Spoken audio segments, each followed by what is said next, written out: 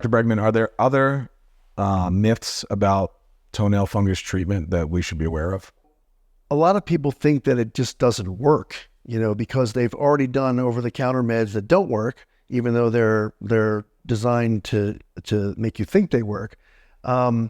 Getting the medication itself and being able to be compliant with treatment is something that's important, and that's why I'd Get My Stride. They make it easy for you to be compliant, and that's the most important thing. One of the other things too is oftentimes when you treat someone and they get a cure, there's a fairly large recurrent rate of about 20 to 25%. Why is that?